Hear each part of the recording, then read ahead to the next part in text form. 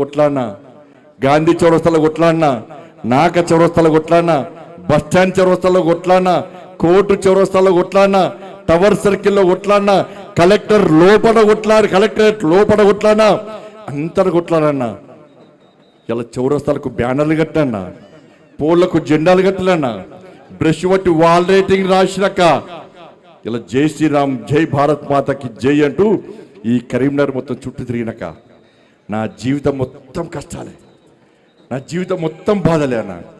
కానీ బాధపడ్డా అని చెప్పి ఎప్పుడు భయపడే వ్యక్తి బండి సంజయ్ కాదన్న. ఈ బాధను తట్టుకొని ముందుకు పోయే వ్యక్తే బండి సంజయ్ అన్న. ఎక్కడ భయపడలే అన్న, ఎక్కడ బాధపడలే అన్న. ఎందుకంటే నా వెనుక మీరు అందరు ఉన్నారన్న. ఇలా మీ అందరినీ నా కుటుంబంగా భావించిన, ఎక్కడికి కష్టం వచ్చినా నింపేనా. ఈ తెలంగాణ రాష్ట్రంలో 150 రోజులు 1600 కిలోమీటర్లు హార్ట్లో స్టెంట్ ఉందన్న. కానీ హార్ట్ ఫుల్గా యాత్ర చేస్తాను నేను. హార్ట్లో స్టెంట్ ఉన్నా హార్ట్ ఫుల్గా యాత్ర చేస్తాను. 150 రోజుల పాటు 1600 కిలోమీటర్లు వర్షంలో తిరిగినా, ఎండలో తిరిగినా, చలిలో తిరిగినా, ఇలా తిరిగి ఈ తెలంగాణ రాష్ట్రంలో హిందువులందరినీ హిందూ ఓట్ బ్యాంక్గా మార్చి హిందూ సమాజంలో చైతన్యం తీసుకొచ్చే ప్రయత్నం చేస్తున్నాను. కళ్ళాల పోతే కాళ్ళు కొట్టిరన్నా, కార్లలో పోతే కార్లు వలగొట్టిర్రు, తల్లికాయలు వలగొట్టిర్రు, జైల్లోకి వేసిర్రు.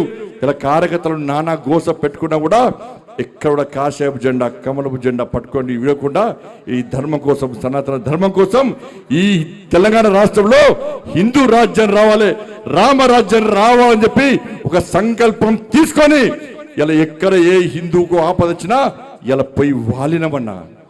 నల్గొండ వేనం, మహబూబ్ నగర్ వేనం, ఆదిలాబాద్ వేనం, వరంగల్ వేనం, ఏడ వేనమన్నా పోయి తిరిగి వచ్చినామన్నా. కార్యకర్తలకు ఏ ఆపద వచ్చినా కూడా ఇదే జై శ్రీరామ్ నినాదంతో నాతో పాటు అనేక మంది నాయకులు, కార్యకర్తలు అందరం కలిసి ఈ హిందూ సమాజం కోసం పనిచేస్తామన్నా. మీరే కుటుంబం అనుకున్నా, నేనైతే మీరైనా కనుక్కున్నా. మీ ఇంట్లో మీ పెద్ద కొడుకు లెక్కున్నా, మీకోసం పనిచేసినా. మీరందరూ బాగుండాలని కోరుకున్నా. ఇలా మీకోసం ఆలోచించి, మీరే మీ మనిషి ఆలోచించి, మీ కుటుంబ వ్యక్తికి ఆలోచించి నా కొడుకుకు టైం ఇవ్వలేదన్నా, నా కొడుకుతో మాట్లాడలేదన్నా. ఇవాళ అదే నా కొడుకును ఒక క్రిమినల్ లెక్క సమాజంలో చూపెట్టే ప్రయత్నం చేస్తే ఒక తండ్రిగా ఎట్లా భరిస్తారో ఒక్కసారి ఆలోచించురన్నా. నా కొడుకు నేనేం తప్పు చేయలేనా, మేము ఫ్రెండ్స్ ఉన్నానా, మేము తప్పు చేయలే, కలిసి ఉన్నాం, ఇలా విడిపోయినాం, నేను ఏ తప్పు చేయలే, నిజాయితీగా బయటికి వస్తా అని చెప్పి ఇలా నా కొడుకు చెప్పాక నేను సమర్థిస్తలేనన్నా. తప్పు ఎవడు చేస్తా కూడా నా కొడుకైనా సరే, ఎవడైనా సరే చట్టం ముందు సమానులే. నా కొడుకు తప్పు చేస్తే